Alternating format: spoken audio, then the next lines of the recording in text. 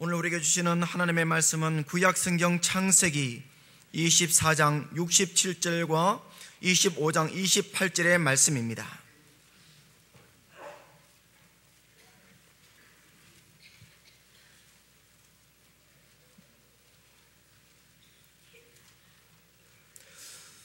이삭이 리브가를 인도하여 그의 어머니 사라의 장막으로 들이고 그를 맞이하여 아내로 삼고 사랑하였으니 이삭이 그의 어머니를 장례한 후에 위로를 얻었더라.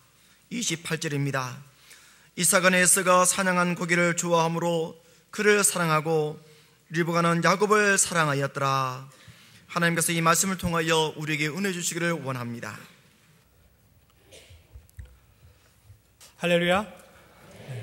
올 한 해도 하나님께서 주시는 여러 각종 각양의 은혜와 복들을 충만히 누리실 수 있기를 간절히 축원합니다. 네. 우리 옆에 분들과 한번 인사하시겠습니다. 새해 복 많이 누리세요. 네. 네, 교회가 좀 더 훈훈해졌습니다. 창세기 2장 18절 말씀을 보니까 사람이 홀로 사는 것이 좋지 아니하다 하는 말씀으로 시작되고 있습니다. 그래서 하나님께서는 돕는 배필을 주셨다라고 그렇게 바로 연결되는 말씀을 저희가 읽을 수 있는데요.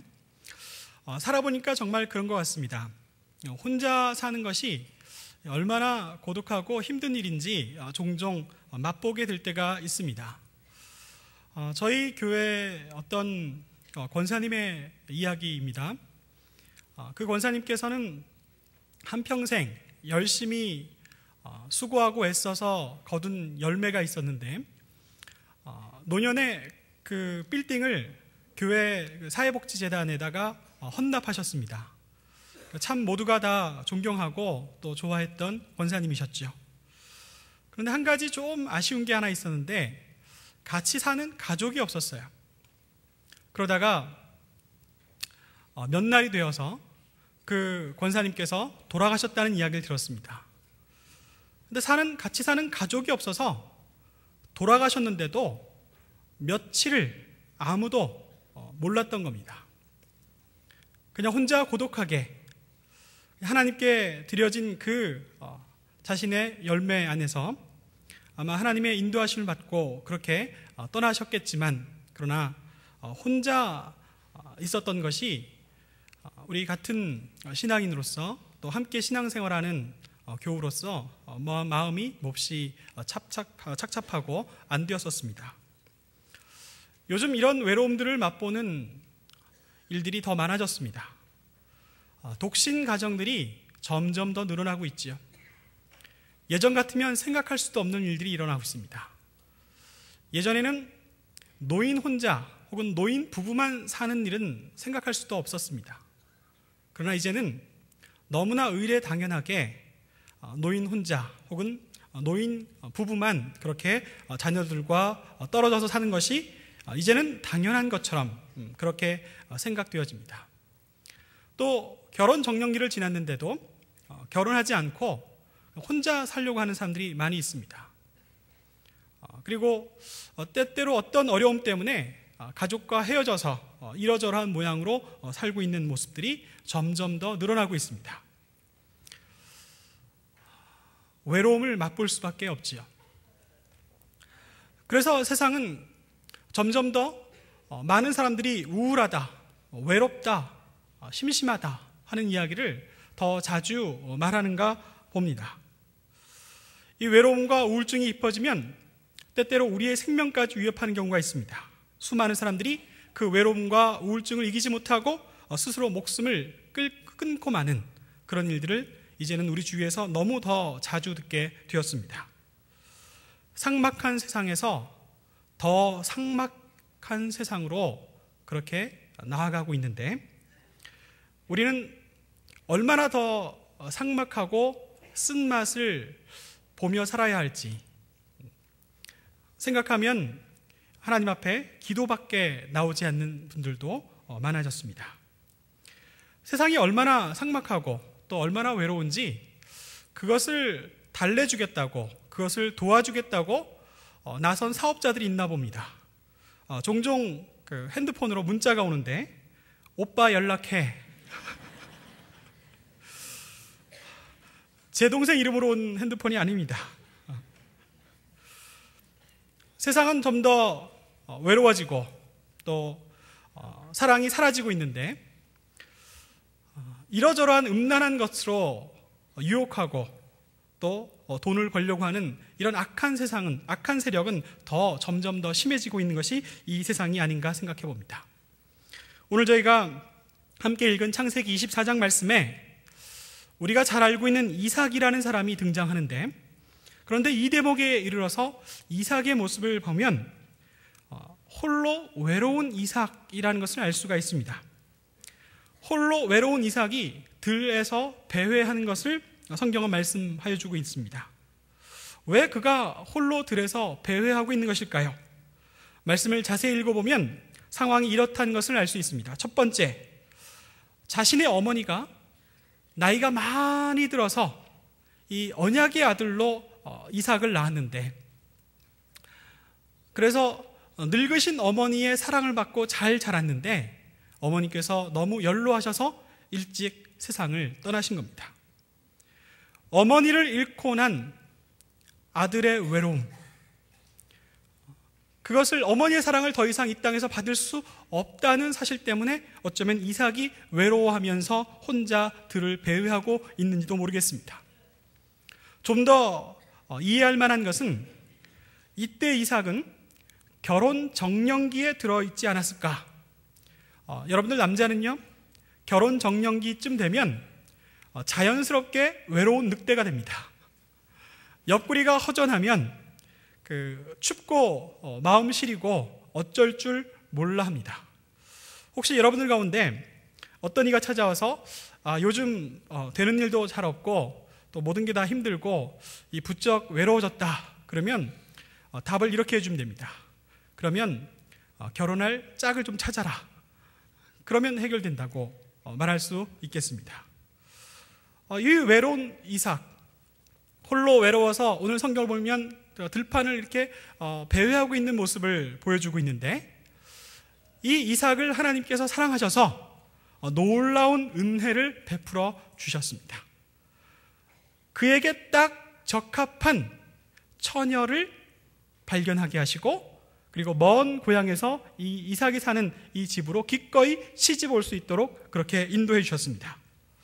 창세기 2장 18절에 있는 말씀처럼 사람이 혼자 사는 것이 좋지 아니하여 돕는 배필을 주겠다 하는 이 말씀이 이삭에게도 이루어진 겁니다.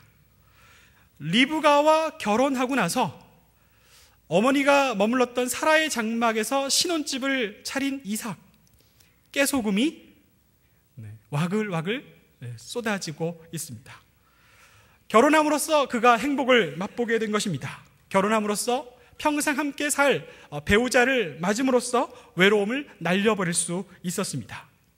사랑하는 여러분들, 성경은 이렇게 말합니다. 하나님께서 우리를 사랑하시고 우리에게 사랑을 늘 보여주시고 또 우리가 그 사랑을 맛볼 수 있도록 허락하여 주시는데, 가장 많이, 가장 구체적으로 그 사랑을 맛볼 수 있도록 허락하신 것이 바로 우리의 가정이다. 사랑은 부모님의 사랑과 형제들의 사랑과 또 짝지어 주셔서 만난 배우자들, 그 사이에서 정말 이루 말할 수 없는 신비한 사랑을 우리가 날마다 맛보게 하심으로써 하나님은 살아계시고 하나님은 사랑이시고 하나님은 늘 우리와 사랑으로 함께하여 주신다 하는 것을 구체적으로 증거하여 주고 있습니다. 성경은 이렇게 끝나는 것 같지는 않습니다. 외로운 이삭이 리브가와 만나서 행복하게 영원히 잘 살았다더라, 그렇게 끝나지 않습니다. 현실이라는 게 있지요. 이런 현실을 빗대어서 어떤 사람이 농담 하나를 지어냈습니다. 하나님께서 성경대로 태초에 너무 외로워 보이는 아담을 위해서 여자를 만들어줄 계획을 하시고 그의 갈비뼈를 취하려다가 갑자기 그 손길을 멈추셨답니다. 그리고 하나님께서 잠든 아담을 치근하게 한참을 바라보시면서 이렇게 말씀하셨답니다. 푹 자거라. 오늘이 아마도 내가 잘 수 있는 마지막 날이 푹 잘 수 있는 마지막 날이 될 것이다. 결혼해서 행복하지요.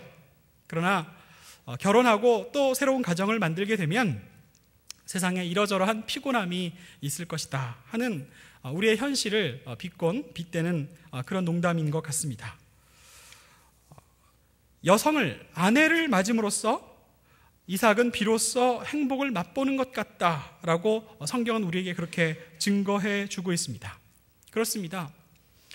사랑하는 이를 만나서 그 사랑을 마음껏 나눌 수 있다는 것, 정말 바라고 또 소망하는 우리의 바람이죠. 요즘 배우자를 찾는데 여전히 여러 가지 조건이 있는 것 같습니다. 어떤 이를 만나는데 그 배우자의 조건을 이렇게 이야기하더라고요. 여자에게 있어서 미모와 성격과 능력, 이 세 가지는 항상 있을 것인데 그 중에 제일은 능력이더라. 네, 요즘 남자들은 능력 있는 여성을 또 원하는 것 같습니다. 그래서 우리 세대에 등장한 것이 슈퍼우먼이라 하는 말이 아닐까 생각합니다. 슈퍼우먼이라 하는 것은 다름이 아니라 직장에 나가서 돈도 많이 벌어오고 또 부지런해서 집에 들어와서 가사 살림도 깔끔하게 잘하고 거기다가 덤으로 자식들도 잘 길러서 좋은 학교에 진학시키는 이런 그 막강한 힘을 갖고 있는, 능력을 갖고 있는 슈퍼우먼을 은근히 바라고 기대하는 것이 요즘 연약한 남자들의 현실이 아닌가, 속마음이 아닌가. 저는 슈퍼우먼과 살고 있습니다. 그런데 슈퍼우먼이 그렇게 등장을 했지만 시간이 지나고 보니까 이 슈퍼우먼들이 점점 더 지쳐가고 있습니다. 너무 많은 과중한 일들을 하고 있어요. 그런 슈퍼우먼들이 있는 집 가운데 그렇게 많은 과중한 일들을 아내가 잘 다 떠안고 잘 감당하면 괜찮은데 남편에게 충분히 사랑을 쏟지 못해서 그만 남편이 거기에 대해서 아쉬워하고 남편과의 사랑이 이렇게 금이 가거나 혹은 남편과의 사랑이 충분하지 못하면 그 가정이 더 피곤해집니다. 심지어는 깨지기도 합니다. 그래서 저는 오늘 이삭 가정의 이야기를 들려드리면서 오늘 이 시대에 우리는 이 점도 생각해야 되겠다. 뭐냐? 여행정입니다. 여자가 행복해야 가정이 행복해진다. 여건정입니다. 여자가 건강해야 가정이 건강해진다. 여러분들 아내나 며느리나 또 딸들 가운데 슈퍼우먼으로 살고 있는 분들이 계시면 그분이 행복해질 수 있도록 최선을 다해서 돕는 가족들 될 수 있기를 바랍니다. 요즘 그래서 새롭게 시작되는 붐이 홈커밍 맘이라는 말입니다. 가족으로 돌아오고 있는 아내들이 많아졌다는 얘기죠. 가정이 사회생활보다 더 중요하다는 것을 깨닫고 아주 과감하게 결단하고 가족을 위해서 더 많은 시간과 더 많은 정성을 쏟겠다라고 결심한 여성들이 많아졌다는 것입니다. 얼마 전에 읽은 신문인데요. 교수직을 갖고 있던 한 여성이 연구와 강의와 잡다한 업무에 짓눌려 씨름하다가 어느 날 결단을 하고 학교에 사표를 내고 가정으로 돌아갔다 하는 이야기였습니다. 사랑하는 가족들을 위해서 더 많이 사랑할 수 있도록 더 잘 섬길 수 있도록 그렇게 결단하고 가정으로 돌아갔다. 그래서 가정을 따뜻하게, 가정을 행복하게 만들 사명을 새롭게 발견했다 하는 그런 이야기가 되겠습니다. 오늘 창세기 25장 28절 말씀을 읽어보니 이삭의 가정에 위기가 찾아온 것을 볼 수가 있어요. 사실 가정, 하나님께서 구체적으로 사랑을 맛보고 사랑하며 하나님을 예배하며 살 수 있도록 우리에게 이렇게 귀한 은혜의 장을 열어주셨지만 그 어떤 곳보다도 위험한 일들이 많이 벌어지고 또 그 어디서보다도 더 많은 전쟁이 벌어지고 있는 것이 바로 가정이라고 말할 수 있겠습니다. 그동안 수년 동안 노벨 문학상을 탄 많은 유명한 작가들이 있는데 그분들이 그린 이야기들은 이 가정 내에서 일어나는 각종 비극들에 관한 이야기들입니다. 그런데 그 작가들이 그걸 어떻게 아느냐? 자신이 가정 안에서 경험해 봤기 때문에 안다는 겁니다. 그래서 그것을 리얼하게, 신랄하게, 그리고 의미 있게 잘 썼고 잘 그렸더니 노벨 문학상을 받게 됐더라. 그것이 소감이라고 합니다. 우리 가정에는 어떤 위기들이 도사리고 있을까요? 제일 첫째는 배우자의 불성실이 있겠습니다. 외도를 한다든지, 혹은 게으르다든지, 혹은 알코올에 중독되어서 아무런 능력을 발휘하지 못하든지, 이런 세상적인 것들이 우리 가정이 건강하게 성장할 수 없도록 그렇게 방해하기도 하고, 그리고 제가 목회자로서 오랫동안 관찰해 보니 무엇보다도 불신앙이 가족들을 위험하게 만들더라. 어떤 누군가가 신앙을 갖고 있지 못하거나, 아니면 그 신앙을 핍박하거나, 아니면 그 신앙으로부터 멀리 떠나게 되는 경우에 틀림없이 찾아오는 그 위기를 이기지 못하고 무너지게 되는 것을 보게 됩니다. 또 전통적으로 가족들은 어떤 위기를 갖고 있을까요? 가족 간에 이렇게 저렇게 얽힌 관계들입니다. 전통적으로 우리나라는 고부간의 갈등이라는 것이 있었습니다. 옛날에는 며느리의 서름이라는 게 있었지요. 시집살이의 그 고통과 회한이라는 게 우리에게 아주 친숙한 것이었습니다. 그런데 세상이 조금 바뀌었나 봅니다. 요즘은 며느리 때문에 골치 아픈 며느리 시집살이 하는 분들이 참 많아졌다고 합니다. 오늘 이렇게 제가 회중들을 둘러보니까 제가 알고 있는 며느리전서 13장도 있고 시어머니전서 13장도 있는데, 오늘은 제가 며느리전서 13장을 읽어드려야 될 것 같습니다. 한번 들어보십시오. 내가 시어머니께 예쁜 얼굴로 애교 있는 말을 할지라도 사랑이 없으면 소리나는 구리와 깽가리가 되고, 내가 배운 게 있어 영어를 잘하고 돈 버는 능력이 있을지라도 시어머니에 대한 사랑이 없으면 아무것도 아니요. 감동을 안 받으시네요. 내게 있는 신용카드로 시어머니께 선물을 사드려도 그 속에 사랑이 없으면 아무 유익이 없느니라. 시어머니에 대한 사랑은 시어머니가 무리한 요구를 할지라도 참고 심한 말을 할지라도 온유하며, 남편이 시어머니 편을 들더라도 투기하지 아니하며, 며느리로서 무례히 행치 아니하고 화가 목구멍까지 차올라도 삭히며 뒷바라지가 힘들더라도 끝까지 견디느니라. 그런즉 며느리에게 미모, 능력, 사랑, 이 세 가지는 항상 있을 것인데 그 중에 제일은 사랑이라.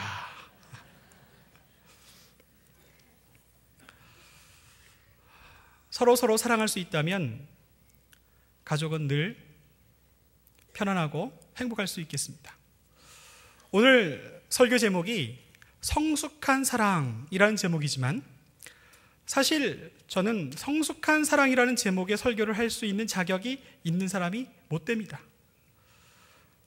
아마 여러분 가운데서도 성숙한 사랑에 이르렀다라고 자신할 만한 분 몇 없을 겁니다. 성숙한 사랑이라는 제목으로 설교할 자격도 없는 사람이 또 그 말을 들어야 별 효과 없는 분들이 이렇게 모여 앉아 있으면 무슨 의미가 있을까요?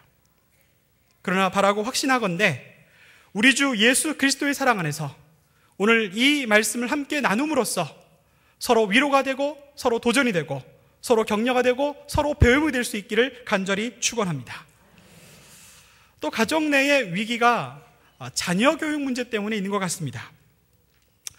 돌아가신 고 이병철 회장께서 이 세상에는 내 마음대로 되지 않는 것이 세 가지가 있더라. 그 중에 첫째는 주식이요, 둘째는 골프요, 셋째는 자식 교육이다. 참 어려운 것 같습니다. 여러분들 다 공감하고 계신 말일 겁니다. 이 가정 파탄의, 가정 위기의 대명사다 할 수 있는 이 시대의 한 가정이 있는데, 영국의 찰스 왕세자 가정이 그렇다고 꼽습니다. 영국에서 앙케이트 조사를 했답니다. 영국에서 가장 나쁜 남편 1위 찰스 왕세자, 그리고 영국에서 가장 형편없는 아버지 3위 찰스 황세자. 아버지 날이 있는데 아버지 날에 카드 받을 자격도 없는 남자 5위 찰스 황세자. 그가 영국의 왕세자로서 높은 권위와 또 막강한 권력과 자랑할 만한 많은 것들을 가졌지만 그는 자신의 가정을 이룸으로써 이 세상에서 가장 비난받고 조롱받는 사람이 되었습니다. 오늘 우리는 이삭의 가정, 이 가정 안에 벌어진 위기를 주목할 필요가 있습니다. 아주 사소하지만 저희가 사실 이 말씀을 읽을 때 저희는 너무 거리가 먼 것 같아서 또 너무 사소한 것 같아서 우리가 영으로 주목하지 못하는 사건이긴 하지만 이 이삭 가정의 비극은 아주 사소하지만 자녀를 편애하는 일로부터 시작되었습니다. 여러분들, 자녀를 편애하는 거 그거 뭐 대수인가 라고 생각할 수 있겠지만 오늘 이 이야기의 결과는 참으로 참혹합니다. 가정이 파탄나고 형제간에 아주 살벌한 싸움이 지속되고 그리고 정말 사는 맛을 잃어버린 한 가정의 모습을 보게 됩니다. 그렇습니다. 요즘도 마찬가지입니다. 가정과 교회 그 어느 것을 막론하고 한 사람을 편애한다는 것, 그래서 다른 사람들의 사랑을 잃어버린다는 것, 서로 싸우게 만든다는 것, 그것은 망하는 것의 지름길일 수 있겠습니다. 오늘 말씀을 구체적으로 살펴보면 여러분이 다 아시는 것처럼 아버지 이삭은 에서를 사랑했습니다. 그가 장자였기 때문에, 큰 아들이었기 때문에 무조건적인 사랑을 가지고 있을 수 있었겠습니다.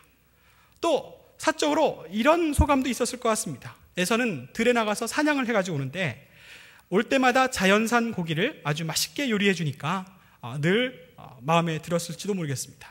반면에 어머니 리브가는 야곱을 더 사랑했다라고 성경은 기록하고 있습니다. 아마 야곱은 집에서 어머니를 졸졸 따라다니면서 어머니와 수다도 떨고 어머니와 집안일도 같이 하고 그렇게 다정하게 지냈나 봅니다. 아버지 이삭이 에서를 지나치게 편애하고 장자의 권위를 늘 힘주어 이야기하니까 어머니 마음속에는 내 사랑하는 야곱도 그의 버금가는 사랑을 나눠받았으면 하는 그런 마음의 욕심이 있었을 것입니다. 아버지의 편애와 어머니의 편애가 그냥 그렇게 나란히 가지 않고 드디어 충돌하고 말았습니다.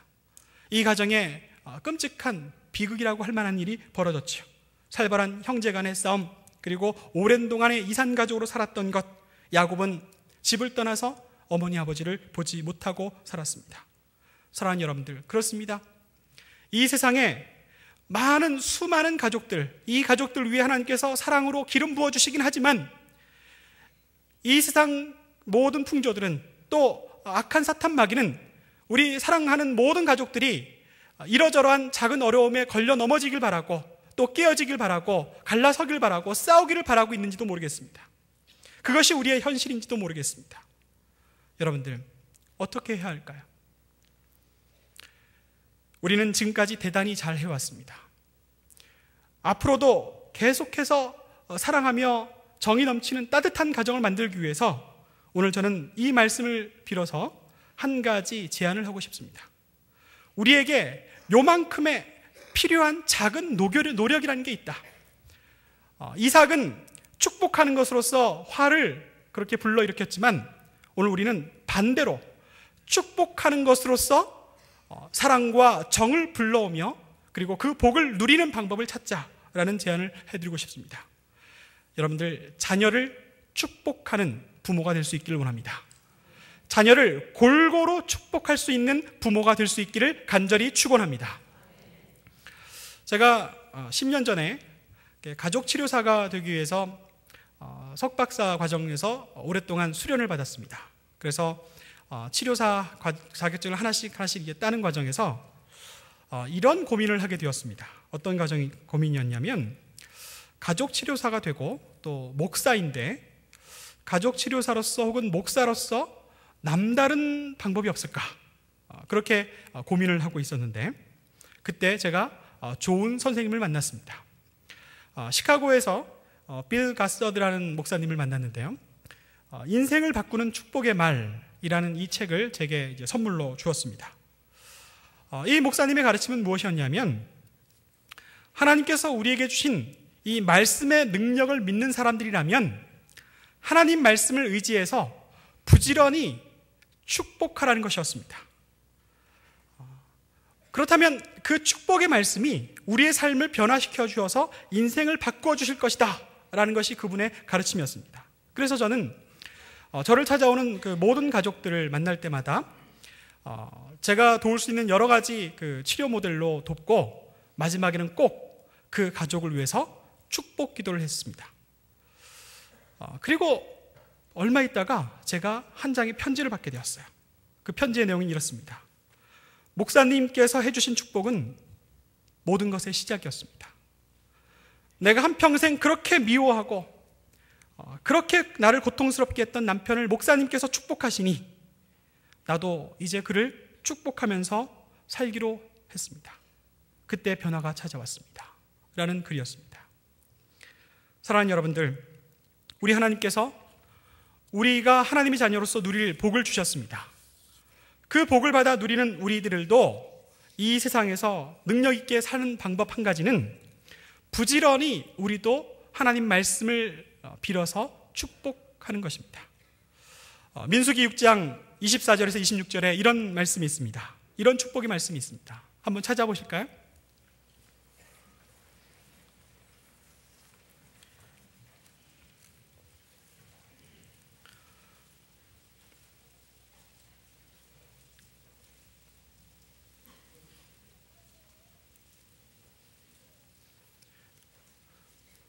함께 읽겠습니다. 여호와는 내게 복을 주시고 너를 지키시기를 원하며 여호와는 그 얼굴을 내게 비추사 은혜 베푸시기를 원하며 여호와는 그 얼굴을 내게로 향하여 드사 평강 주시기를 원하노라. 이삭은 오직 한 아들에게만 축복하려고 했습니다. 그랬더니 화가 찾아왔습니다. 오늘 빌 가스버드 목사님은 모든 자녀에게 골고루 이 축복을 아낌없이 쏟아 부어주라고 그렇게 충고하고 있습니다. 그러면서 이 말씀을 가지고 축복할 때 이 말씀을 이용해서 얼마든지 축복할 수 있다, 이렇게 예를 가르쳐주고 있는데, 빌 가스버드 목사님께서 이 민수기 6장 24절에서 26절 말씀을 가지고 이렇게 바꾸어 축복한 축복의 글을 읽어드리겠습니다. 여호와는 내게 복을 주시고 너를 두려움과 불안의 고통에서 지키시기를 원하며 여호와는 그 얼굴을 내게 비추사 능력과 사랑과 온전한 마음을 지니게 하시고 내게 은혜를 베푸셔서 너로 하여금 완전한 사랑으로 모든 두려움을 쫓아내게 하시기를 원하며 내가 너의 필요를 진실하게 감사드리며 세세하게 아를 때 여호와는 그 얼굴을 내게로 향하여 드사 너를 자유롭게 하시며 모든 지각에 뛰어나신 평강으로 너의 마음과 생각을 예수 그리스도를 통해 지켜주시기를 원하노라. 이렇게 축복했더니 놀라운 일이 일어났다 하는 무수한 그 사례들을 이 책에서 소개하고 있습니다. 어떤 사례가 있냐면 자라면서 삐뚤어 나간 아들이 있었다는 겁니다. 사고를 쳐서, 부모가 감당할 수 없는 사고를 쳐서 소년원에 감금되기도 하고, 또 집으로 돌아왔는데 도저히 부모님과 눈도 마주치지 않으려 하는 아주 골치가 아픈 아들이 하나 있었답니다.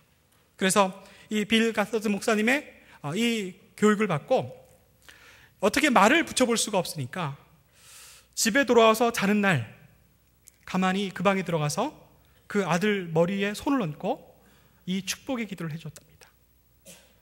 한 번, 두 번, 세 번, 아주 간단하고 사소한 일이지만, 내게 가시 같은 아픔을 주는 자식이지만 밤마다 자는 그 아들을 향하여 머리에 손을 얹고 축복하였더니 어떤 변화가 일어나냐면 그 아들 마음 속에 아버지를 향한 그 분노와 서운함과 그 모든 감정들이 하루하루 엷어지더니 나중엔 사라졌다는 겁니다. 그리고 그 마음 속에 새로운 것이 가득 차기 시작했는데, 나를 사랑하는 우리 부모님의 기대에 저버리지 않기 위해서 내가 무엇을 해야 할까 하는 그런 도전을 받고 그 아이의 인생이 변화했다 하는 이야기가 여기에 담겨 있습니다. 사랑하는 여러분들, 자녀에게 손을 얹고 축복하는 일, 이삭은 실패했지만 여러분들은 성공할 수 있기를 원합니다. 제가 8년 전에 그 당시 서울시장이셨던 이명박 지금 현재 대통령께서 하셨던 간증을 들은 적이 있습니다. 포항에서 찢어지게 가난하게 살고 있었는데 찢어지게 가난한 삶 가운데서도 어머니는 새벽마다 자녀들을 무릎 꿇혀 앉히고는 기도하셨다는 겁니다. 찢어지게 가난한 사람이 거창하게 나라를 위한 기도부터 시작하더니 이제는 기도의 마무리쯤에는 자녀들을 위해서 기도하는데 그 어머니께서 손을 얹고 한 자녀에게 축복하여 주셨더니 하나님께서 나라를 위해 기도했던 그 기도를 들응답하셨더라. 그렇게 간증하는 그 간증을 들은 적이 있었습니다. 성경에 보면 베드로는 엉터리인 것 같았습니다. 배신하기도 제일 먼저 했습니다. 그런데도 우리 예수님께서는 그를 축복하기를 주저하지 않으셨습니다. 끝까지 그를 축복했더니 베드로는 사도들 가운데 가장 용감하게 주님을 위하여 살다 죽어간 하나님의 귀한 종이 되었습니다. 사랑하는 여러분들, 우리가 아직 성숙한 사랑에 이르지 못하였다 할지라도, 이러저러한 사소한 것들이 우리를 도전하고 있다 할지라도 우리가 할 수 있는 가장 필요한 작은 노력, 그렇습니다. 하나님 말씀의 능력을 의지해서 이제 더 자주, 더 부지런히 서로 가족들을 축복하고 또 만나는 사람들을 축복하고 그 은혜를 쏟아 부어놓을 수 있기를 간절히 축원합니다. 제가 여러분들께 오늘 선물로 이 책에 앞서 드렸던 말씀처럼 민수기 6장 말씀처럼 축복의 말로 바꾸어서 기도할 수 있도록 돕는 성경 구절들을 나가시는 출입문에 두었습니다. 여러분들께서 그 말씀들로 부지런히 자녀들을 축복하고 사랑할 수 있기를 원합니다. 저도 이제부터 힘내어서 더 자주, 더 열심히 축복하고 사랑하고 섬기며 살아가겠습니다. 함께 기도하시겠습니다. 은혜의 주님, 감사를 드립니다. 우리 주님께서 저희 가운데 사랑으로 임하여 주시니 저희 사랑이 날로 더욱 풍성할 수 있도록 인도하여 주옵소서. 모든 말씀 우리 주 예수 그리스도 이름으로 감사 기도 드리옵나이다. 아멘.